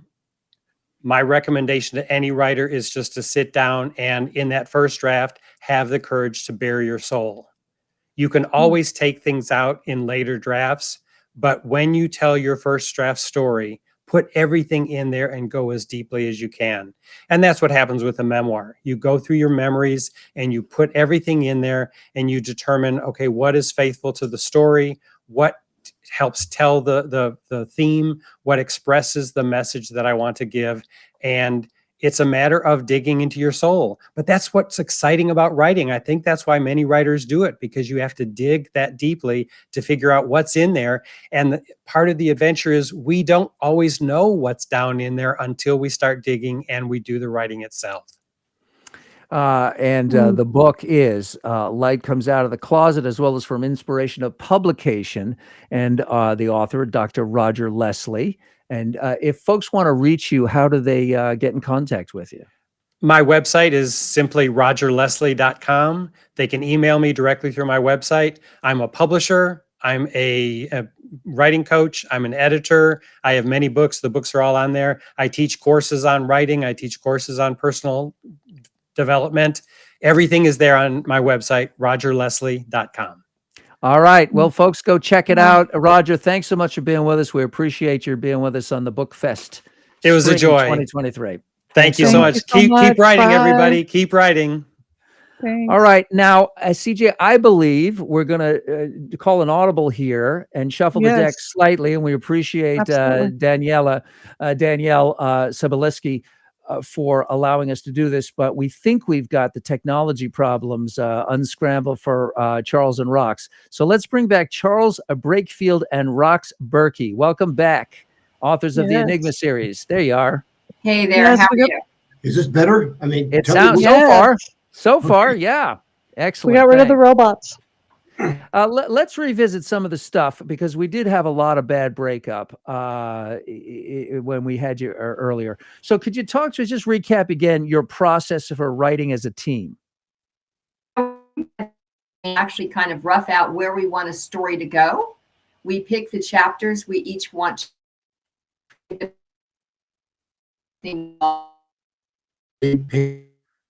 basically we bet the drafts back and forth until they're polished to a high degree for the not only the characters but the story threads, because sometimes the characters actually preached up.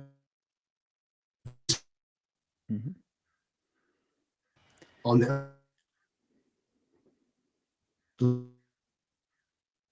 Well, folks, we got the same problem, so we're going to have to make a decision here. We got a just terrible breakup, unfortunately. So my apologies to Roger and to Rox, but we've got just frozen screens all over the place, which is unfortunate. But maybe we can work this out at some point down the line. CJ, what do you think? Should we try this again, or? Yeah, I think that maybe if we could ask some pointed questions to Rox and Charles and maybe some shorter answers with, let's see if we can get maybe a couple in there, just one Okay. or two. And then we might have to move on and then ask for Rox and Charles to join us with, we can talk with, see what we can get, because there's some great knowledge in there with those techno thrillers. And I was so looking forward to the things that we were going to talk about. It's a shame that we're having problems, but I know there's weather problems sweeping across the, are you guys in the Midwest by any chance? We're in Dallas. We're in Dallas. Okay. Somebody's I'm- standing on a cable. Somebody's standing on a plug, I think is what. Yeah. Well, let's try this. Let's just get into a couple of questions and we'll just see how far we can get with this. First of all, the Enigma series is available online and in bookstores. And did I get correctly that you've completed the original Enigma series at 12 volumes? Is that correct? Yes, that is Okay. correct. Thank you, Doug. And you've already launched a new series. You're on volume 1 of what comes next. Yes, Enigma Tracer was actually live yesterday. That's the Great. first book in Enigma Heirs.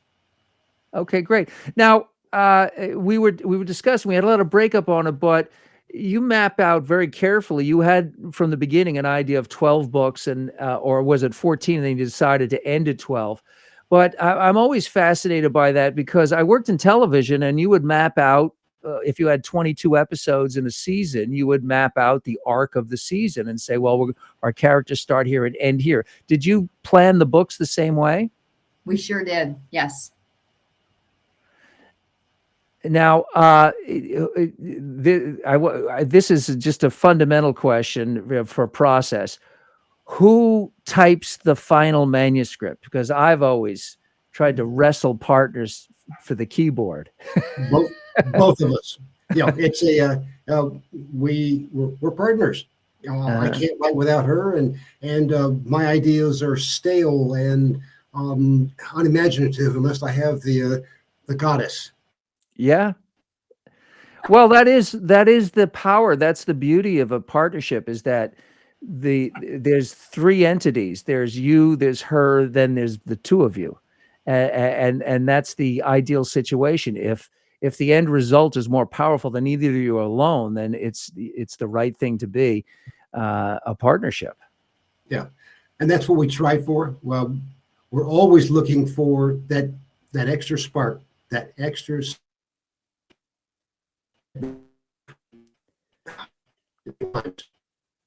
Now, before we have any more breakup, I want to make sure that we get to plug how people can get in touch with you, websites and social media and all that good stuff.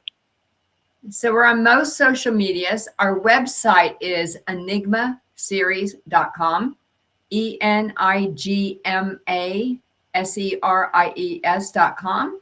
We have our email there. We're available on Facebook, and you can link from our website to all of the social. All right. Well, listen, we so appreciate you being with us. I'm sorry that we had so many technical problems, but the gremlins can get us at any moment. Live by digital data, die by digital data. Anyway, Charles Brakefield and Rox Berkey, the Enigma series and more. So check out the website and enjoy the reading. Thanks for being with us. Appreciate it. Thank you for your kindness. Thank you. Bye, guys. We'll catch you next time. All right. This is BookFest Spring 2023. CJ Lopez, my co-host, and I will be with you until the end of this hour. And then don't forget, a whole other day tomorrow. So all kinds of good stuff coming up. And Desiree will be back with prize winners at the end of the hour too, which is always exciting. I'm so looking forward to talking to our next author, because this is the kind of book that's right in my wheelhouse.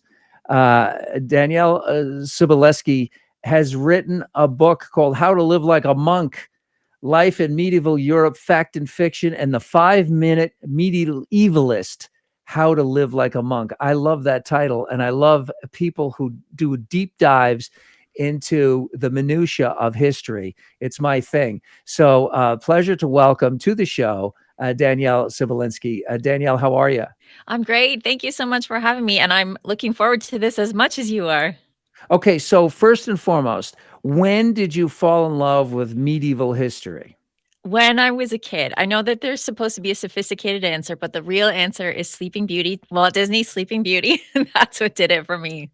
The castles and Yeah. Knights in Charming Army and all of that. And I totally get that. My life is populated with esoteric passions that I've driven my family crazy with. And one of them was the country of Iceland, which I've been to 3 times. And it was my 4th grade geography book. There was a picture of a geyser. And I just thought that this was like the coolest thing in the world. And I never let that obsession go. And it's just one of many. But it can take you into these worlds that are both foreign and familiar. And that really is the middle, because we all study the Middle Age. We know about the Black Plague, and we know about the Renaissance that ended it, and the Visigoths and the barbarians and all of the Vikings and all that good stuff. But one of your books, it talks about medieval life in medieval Europe, the fact and the fiction. And what is the fiction? What is it that we should know that we think is true that is not? There are so many things that we learn in school that we think are true and not actually true. So I think the biggest one is perhaps the fact that we think people thought that the earth was flat, and that actually is not true. They never thought the earth was flat. That is a myth. They knew it was round. They knew it was round from antiquity, and that never changed in the Middle Ages. And probably the second one is that people still bathed. People had baths. They used soap, and they even cleaned their teeth. So those are the 2 biggest ones. But I mean, Life in Medieval Europe is a book that has just questions as the table of contents. So you can read it front to back, or you can just dive in and say, like, did people date? You can find that out in the book. Now, life was difficult, to say the least, though. I mean, Yeah. even for kings and the wealthy people, it was not easy, and life expectancy was not particularly long. I think it was around 35 was the median age, because there was a high infant mortality rate. And people did live into their 80s if they were fortunate enough to get past. But there were a lot of things that could kill you and be very painful on the way to that death. Yes. Yes. Well, there are a lot of things that could kill you right up until the last 50 years. I mean, we Right. have vaccines now, we have better nutrition, we have all of those things. And I remember talking to a historian friend, and he asked me the time to travel question, which we all get: how far back would you go? And I couldn't really imagine myself wanting to go back any further than the 70s. And even the 70s was a difficult time for women. So, things have been difficult through most of human history, but we need to remember that there was also joy at that time too. So people weren't just slogging around in mud and blood all the time. They were also enjoying their lives. How much did Monty Python's movies shape our perception of the Middle Ages? Well, that is an excellent question. And the more you know about the Middle Ages, the funnier that movie is, Monty Python and the Holy Grail, because those guys actually studied medieval history at Oxford. So they know what they're talking about. And when they have people that are like collecting filth, like that is a joke about what we think about the Middle Ages, when really it wasn't about people collecting filth all the time. But it's a great movie. Yeah. One of the things that's fascinating is that, again, this is not just in the Middle Ages. It was until relatively recently. People lived pretty much in an area that they could walk to. There was even horse travel was restricted to those people who could afford to feed a horse and to keep a horse. So the geographic scope of your life was very limited. And yet at the same time, we saw things like the Crusades, where people would just send their children to go defeat the Saracens, in the Holy Land, which is a pretty crazy thing to do and unbelievably difficult to do, arduous. Yes, yes. Well, you're getting at 2 things here. One is that most people think that nobody traveled, when really lots of people traveled. So travel was happening quite a lot. And the reasons could be warfare, and they could be pilgrimage, and they could be visiting relatives. So people did travel quite a lot, and the Crusades were one reason to do that. Although we don't use the word Saracen anymore. That is an old word, and it is definitely a prejudicial word. So Oh, is it? I didn't know that. Yeah, No, I it's didn't not a very realize it. nice word. So we are moving past that one. Bad me. Well, I say I learned something, so this is very educational. We're talking about Danielle Civiliski, and the book is called the. Did I turn the page? No, here it is. Life in Medieval Europe: Fact and Fiction, and the 5-Minute Medievalist: How to Live Like a Monk. Christopher Columbus is talk about people or nasty words. He's taking it on the chin here, and Columbus. He's he was a difficult character even by 15th century standards. He was, but the sea captains as a breed were pretty rough characters. But so were the crew members who were on these ships. But one of I think the real misnomers of our time as we look back is that it's not like Columbus sailed into an Elysium. The Caribbean was named for the Caribs, who were cannibals. Life, I bring this up only because my point is that the Enlightenment hadn't happened in the Middle Ages, and life was really brutal. There were aspects of life that were genuinely brutal, and that's been articulated. But what about the parts that aren't brutal? What about the art and the architecture and the music, the higher aspects of civilization that were also alive in the Middle Ages? Well, I would argue that, first of all, humanity hasn't changed that much. So the ways in which we are brutal to each other have been consistent through time. And I would I would say, agree with that. I would argue that the early modern Okay. period, which people call the Renaissance, is actually a more brutal period than the Middle Ages. And you can look into that. Things like witch burning, that's the early modern period, for example. So, after Columbus, after that time, things were a little bit more brutal. But on the day-to-day, we know that people were creating art, as you say, manuscripts, songs. They were spending time together. They were questioning things like their faith. They were having all the intellectual discussions that we have today, although they might not be reaching the same amount of global information that we have today because of the internet.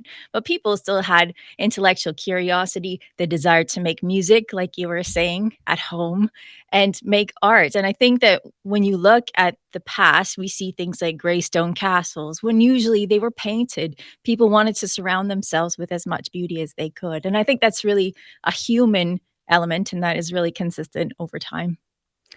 One of the one of the aspects of life in the Middle Ages that I think is also there was a real entrenched class system. And again, you could argue that there still is an entrenched class system in the world. These things, human nature has not, which is why we can read Shakespeare, for instance, and say and identify with it, because it's the same hopes and fears that have always been there. But we live in a theoretically anyway, in a science-based world.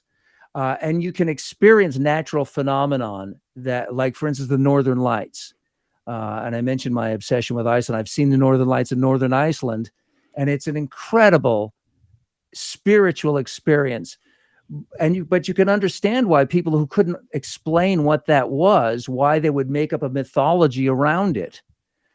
So could you talk to us about the balance of what medieval science was versus the mythology that enabled people to comprehend their world?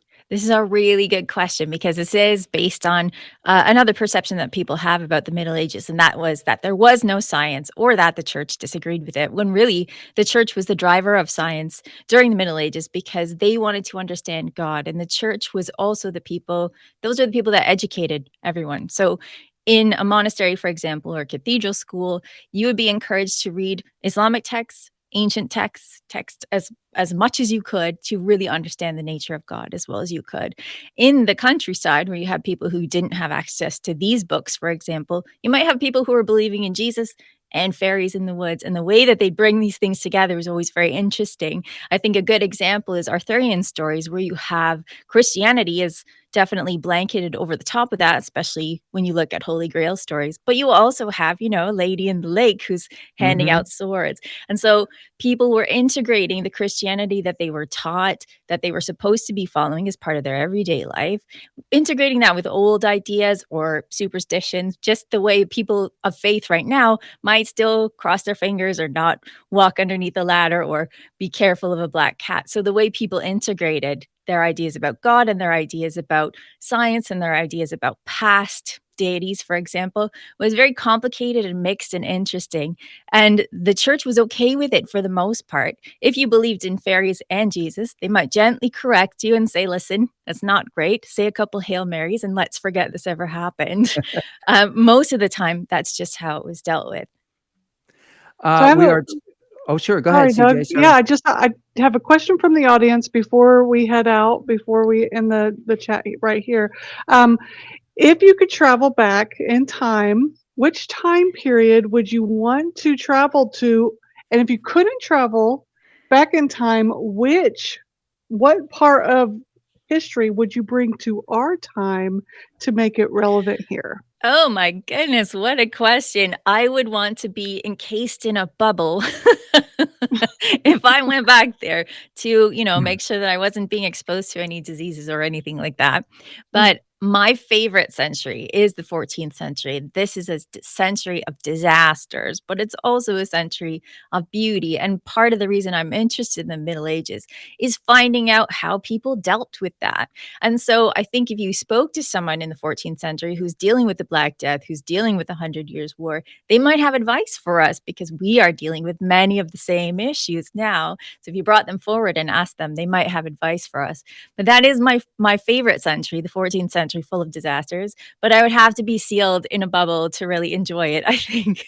And from our smug 21st century position, we have to keep in mind as we judge the Black Death and the Crusades and Torquemada and all of the hellish things that happened, that the 20th century was the most deadly century in the history of mankind.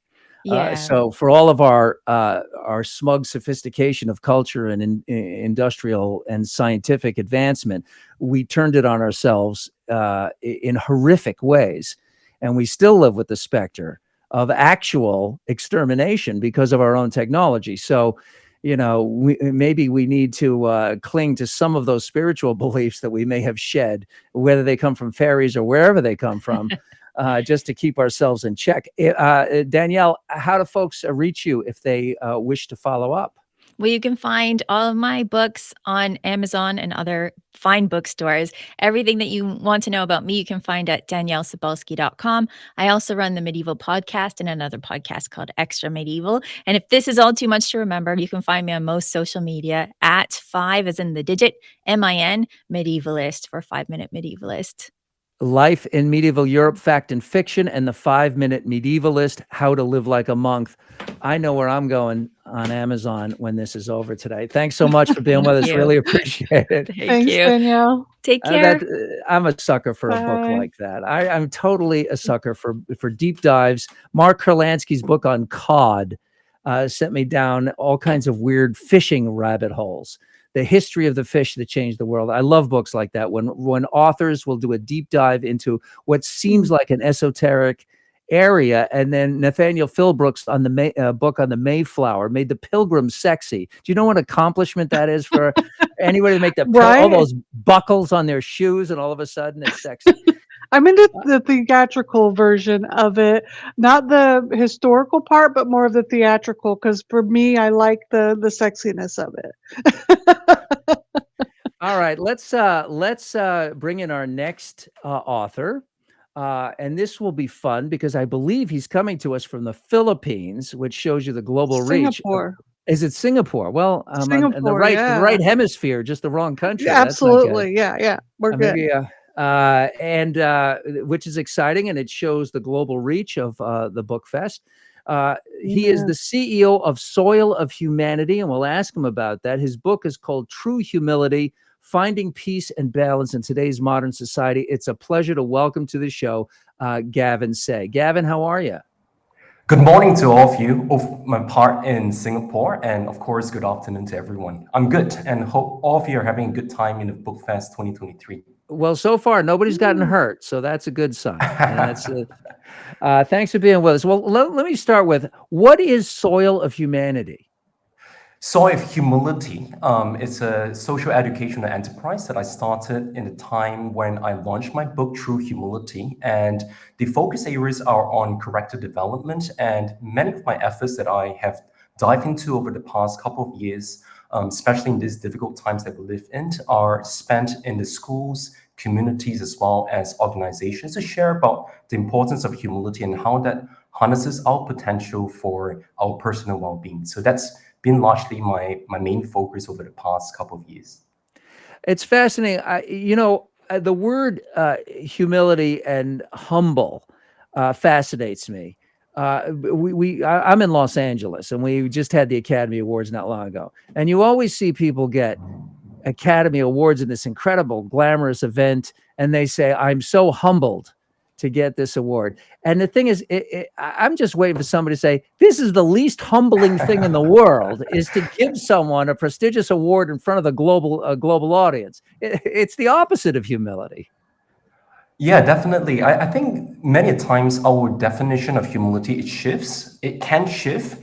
And I think the way that we perceive humility is that if we shine a light on times when we have an award, for example, and we accept that with self-confidence, but with a sense of groundedness, there's a lot more that I can still learn and I can still continue to add value. That's a place that we can start to adopt true humility, which is really the centerpiece of my book, where I dive into what does it really mean to have true humility. It's about harnessing your potential and embracing your weaknesses and your strengths equally. I think that is where we find that it's been a challenge for many of us to find that honest, equated balance of our strengths and weaknesses. But if we're able to come to that fine line, as well as having that balance, we have a good place to step into our everyday with true humility, vulnerability, and having that perception that there's a lot more that you can still continue to benefit from in the workplace, in the community, and wherever your personal relationships takes you to.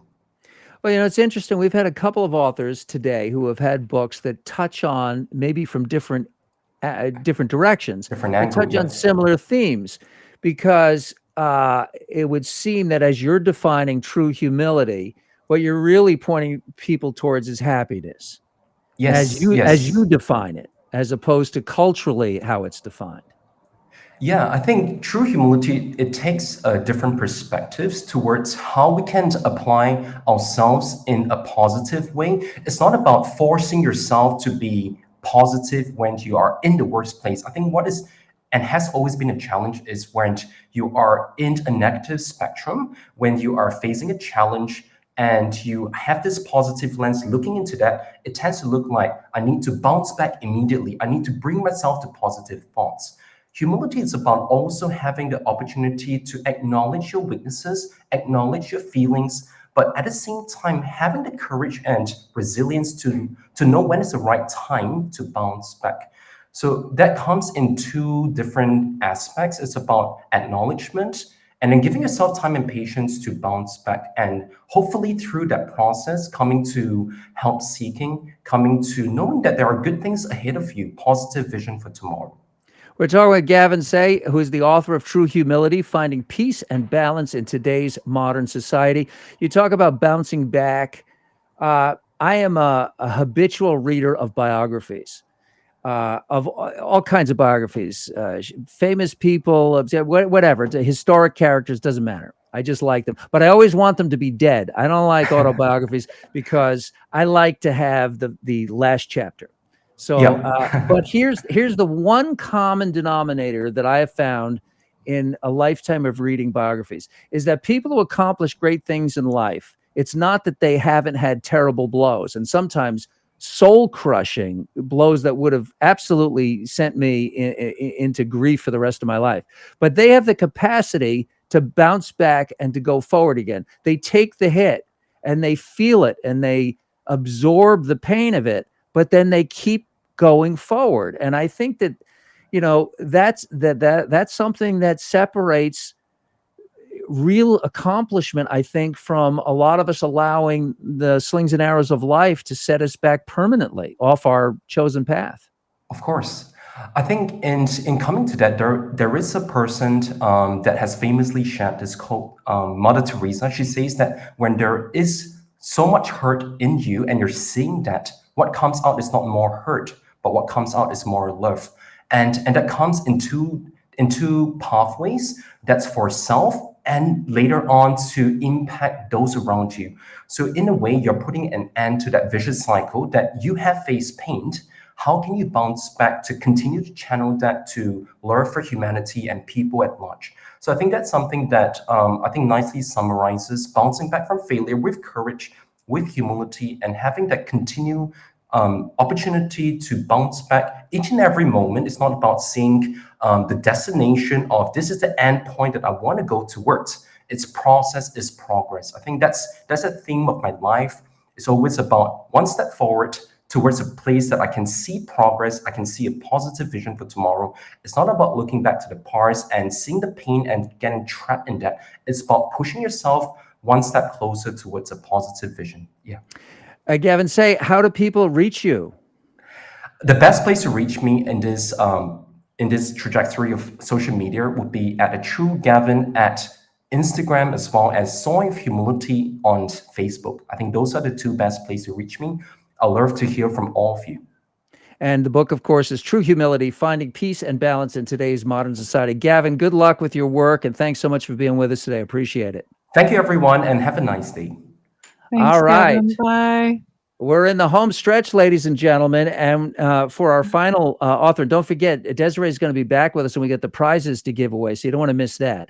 But we're really looking forward to our closing act tonight, because she released not just one, but 31 books all at the same time, and a prolific writer, the absolute antithesis of me. And she's going to do a reading for us today, so we couldn't be happier to have with us children's author of The Quiet Night, Kelly-Ann Manuel. Kelly-Ann, how are you?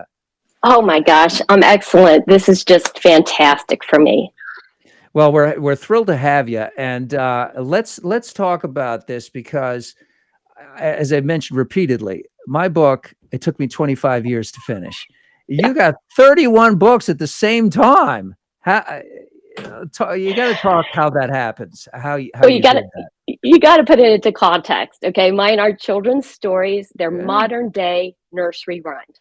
That's what they are. They're modern day nursery rhymes. It's still 31 plots. It's still 31 plots. So, you know. It is. People think children's books somehow are, and I got to jump in on this, because people really think that children's books are lesser literature, and it's absolutely untrue. In fact, I would argue Charles Schulz is one of the greatest writers who ever lived, in 4 panels, for 50 years. I really appreciate that, because actually my books are for the age group 4 to 8, but I have discovered as early as 8 months up to 80, my books are hits. So they really are for everybody, but they are children's books in the children's genre. So I appreciate what you just said there, because I really believe the books are for everybody. Well, the great children's literature works at 2 levels. Because obviously, if you have a book for a 10-month-old, they can't read the book. So an adult is going to be reading that book to them. And I would say the Simpsons television series has been on for 35 years. Kids love it, but it has a satirical through line for the parents who are in the room with them. And so if you can master that, if you can make it work for both demographics, then you've really hit high art. Yeah, that's the goal. They're all poems, and within the poems, there's so many layers. So from 8 months to 80, somebody is going to resonate with a part of the story. There's just no way around it. And it's just so exciting to see all different age groups respond, because they're poetry. They're poems, and they're poems that came about a year ago. All the stories that I've published are about a year old right now, which is really exciting. I wrote them all pretty much last April, and I have to thank iStock. That's how I found my illustrations. People wonder about how you have an idea for a story. How do you illustrate? Well, I found iStock and found every piece of art for 31 books, 19 to 21 pages, plus covers. And I found the art that matched my poems. If you can imagine, it was so incredible. So I have immense gratitude for these illustrators who put their art onto iStock, and that I found them and they matched my poems, which became the books. So well, this again, and this has been another theme for today's panel, is the technology that's available to writers today is so extraordinary, because in traditional publishing, and I don't understand this, but I've been in the newspaper business for 20 years, and I understand why you can write the column, but somebody else writes the headline. And half the time, the headline writer didn't read the column if you read the headline. I can't get a straight answer. after all these years. No one will tell me from inside the, but for the same reason, mainstream publishers of children's books frequently won't let the author pick their illustrator. They separate those two worlds, which I don't understand, but nonetheless, the digital world is breaking that down. So that you have obviously been able to be your own art director in essence. Yeah, it was really incredible. I didn't even have a computer when I wrote the first book. Wow. My name is Mountain. I wrote it on an iPad from 2017, and I didn't have iStock. I didn't have a Mac. So I was sort of in the olden days, I feel like, when I wrote My Name is Mountain. Yeah. And next thing you know, all the rest came. And I wrote them pretty much 2-week period. I just felt an urgency to take the poetry and turn them into the stories, find the art, and then publish. So I had to self-publish because there wasn't any other way to do this. Now, I don't want to get us pinched by time and miss out on the poetry. So why don't you read us one of your stories? Oh, yes. Do you want me to go ahead and do the yeah, ending story? Sure. Yeah. Oh, here it is. Oh. Okay, so I flip titles. So typically people think of Quiet Night. So I flip titles. So mine is The Night Quiet. Dear Ryan Michael, all the books are for you. You are the reason, my reason, and the voice of reason. Always. Love, Mom. Come to me, Night Quiet.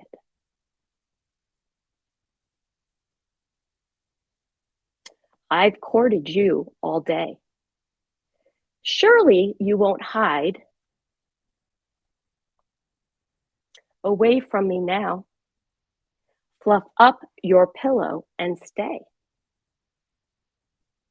For it's just you and I and the night sky. Plus the moon and the stars I see. What better way to fall asleep? Keeping such grand company. I think I heard your whisper when I gathered my covers, but then you are so sneakily quiet. It may all be pretend. I do feel quite tired now. So I'll close my eyes and wait for my dear old Night Quiet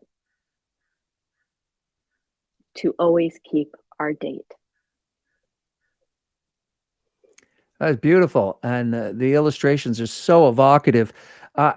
Do you see a picture sometimes and then write to that picture? No, the opposite.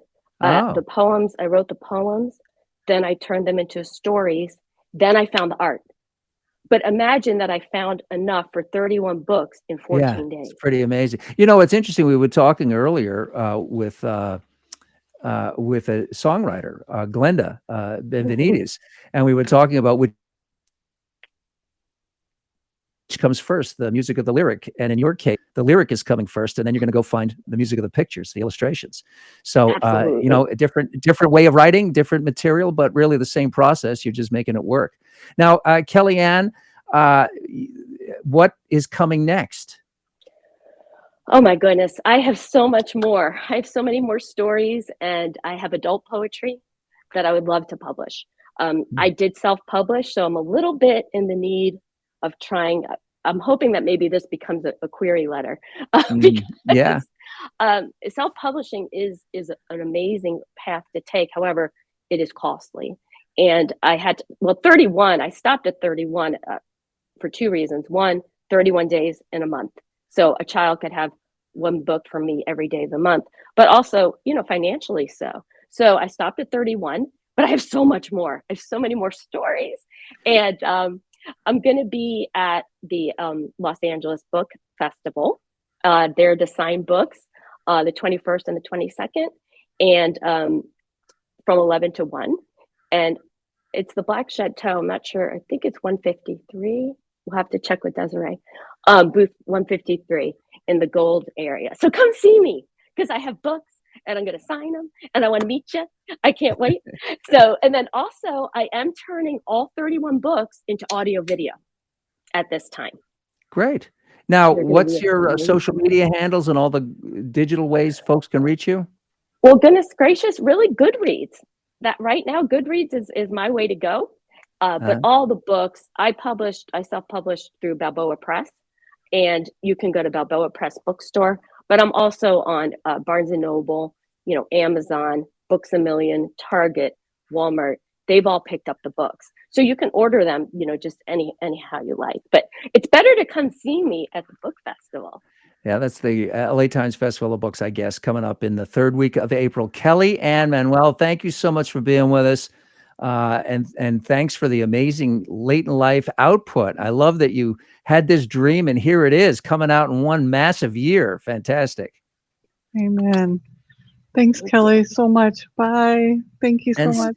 And CJ, what a great panel of writers. It was such a variety of material and ideas and life stories. And why don't we bring back Desiree as long as we're keeping an eye on the clock here. Well, we did pretty good. We're only 8 minutes over. That's not too bad considering. You guys did awesome. I mean, it's not like 25 years or anything like that, right, Doug? Oh, no, I know. It's just astonishing. The expression on your face as people were talking, oh, yeah, I wrote that book in a month. Oh, yeah, I wrote that. Oh, my God. And then Kellyanne at the end, 31 books in a month. And I know it's just crazy. But look, sometimes Mel Torme and his partner, whose name I blank on, wrote the Christmas song "Chestnuts Roasting on an Open Fire" in 20 minutes when it was 105 degrees. I've heard that story too. So Yeah. sometimes it comes quick, just because it took. It doesn't have to take a long time. I mean, great books have been written over years, and then some of them come very quickly. So rule one is there are no rules. There's only one rule is you got to do the work. Yeah. But once you get past that rule, there are no other rules, because anybody who says you can't do that, I can show you 100 examples of somebody who did it and did it very well. So, we all get to the finish line, however we get there. Exactly. And I'm just ribbing you a little bit because, again, congratulations on your book. We can see it in the background. Frank's Shadow, right? That's what it's called? That is what it's called. That's it. Thank you. Thank you for that. You guys are great together. You got this chemistry, this, host, sidekick, kind of producer energy. So you guys, thank you both. Loved it. It's been great. Lots of fun. Okay, I don't want to keep people waiting any longer. So we got the Slumberkins giveaway. So there's two parts of the kids book giveaway. There's all the Slumberkins, this garden party with the Yaks garden party. They're like board books. I don't know if you can see the books themselves. These are board books, and then they come with the characters. So they're all one pack, all of the little animals in their books. And that is going out to Tiffany P, congratulations. Then for the big bundle of children's books. Now, in this case, I can't possibly hold up all of the children's books we're giving away because it is a big bundle, but we do have just a few. I'm going to hold up quick here. And the winner is Lauren S. Lauren S. You win these books and so many more. And now I'm going to go over to the other giveaway. We have third, second, and first place. And that is going to, I should say, third place is going to Kim M. Kim, congratulations on that. I got books everywhere, you guys. Lots of books in those giveaways, or the adult giveaway too. Ina I is the second place winner in the adult giveaway. And then we have the big bundle of books, the grand prize giveaway, with all of the books going out to GGM. GGM, congratulations. Thank you guys so much for joining us for the BookFest today. And the fun continues tomorrow when we lean over a little bit to the writers. But here's the deal. I mean, you guys know this. If you're a reader, chances are you want to or aspire to become a writer. And if you're a writer, you have to be a reader. So there's a lot of crossover between the programming. So I invite everybody to come back and join us tomorrow. And yeah, like Kellyanne mentioned, join us for the LA Times Festival of Books. Doug, are you going to come out and see us? We're in Sure. 153. Yeah. Yeah. That'd be fun. You should do that. We're going to be in 153 in the gold zone. So just remember that. You can meet Kellyanne and all sorts of authors and find out more about BookFest, Black Chateau, and Books That Make You. So thanks again, guys. Thanks for doing this. I appreciate you. It was nothing but fun. We appreciate you. It's been wonderful. Thank you. And good night, everybody. We'll see you again tomorrow as the BookFest Spring 2023 continues.